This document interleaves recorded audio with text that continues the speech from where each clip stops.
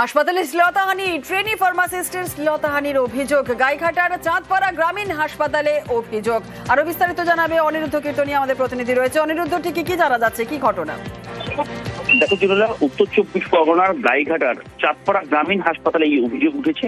এই তরুণী অভিযোগ করেছেন যে তিনি গতকাল যখন হাসপাতালে ছিলেন তখনই গ্রুপ ডির এক কর্মচারী তাকে শ্লীলতাহানি করে।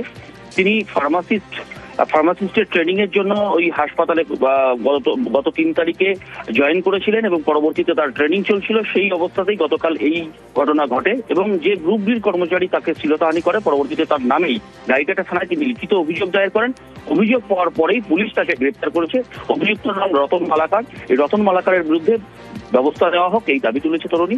অন্যদিকে পুলিশ তাকে গ্রেপ্তার করেছে। আজ তাকে বনগাঁ মহকুমা আদালতে পাঠাবে পুলিশ। ধন্যবাদ।